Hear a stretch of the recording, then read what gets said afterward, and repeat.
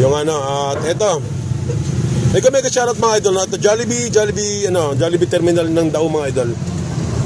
So sa mga nakakalam dito, no, mega shoutout sa inyo mga followers natin dyan, no. Eto na. Kasi pag yung e-bike natin mga idol hindi na, ito, may nakikita yung traffic enforcer mga idol, no. At ayun, medyo busy naman sila ng mga loading, no. Wala silang pakialam. At yun nga, no, medyo feeling ko ngayon mga idol, no. Feeling ko ngayong araw na ito mga idol, December 1 mga idol. Feeling ko, napaka-pogi kong tao. Napaka-gwapo ko mga loading. Dahil sa yun nga, no, nagtitinginan sila lahat sa akin mga idol, no. E-bike user tayo mga idol, no. Napaka-pogi ko ngayong December 1 na to. Sobra talaga. Kasi lahat sila nagtitinginan sa akin mga idol. Dahil syempre nga, no, halos ako pa lang ako pa lang mga idol. Wala pang ibang e-bike mga idol, no. Meron kayo na si Tatang, yung e-bike niya sobrang liit. Nasa pinakagilid naman siya kainat. Ito nga, no. So kaya parang tayong artista ngayon. Mga tricycle titinginan sa akin, mga nakamotor. Sinisigawan pa ako mga lodi, no, na bawal daw tong e-bike ngayon, no. Baka hindi sila nanonood sa ano, hindi sila updated sa balita mga lodi, no.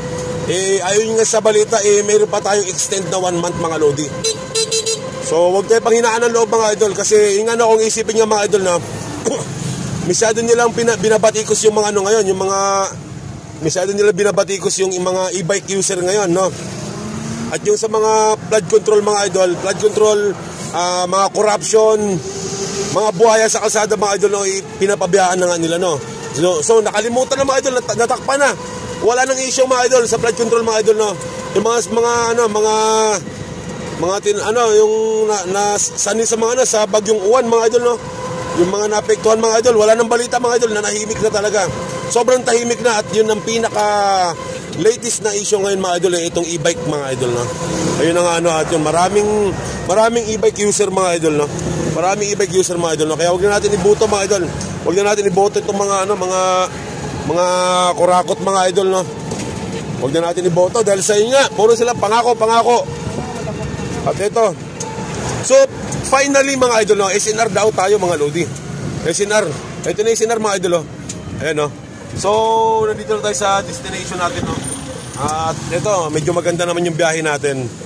So syempre mga idol, no, at tatapusin natin itong video na ito mga idol. At yan, maraming salamat sa mga followers natin dyan, at sa may mga e-bike mga idol, no. At yun, patuloy lang mga idol, patuloy lang sa biyahe.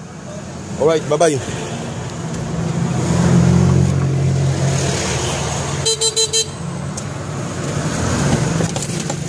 Okay.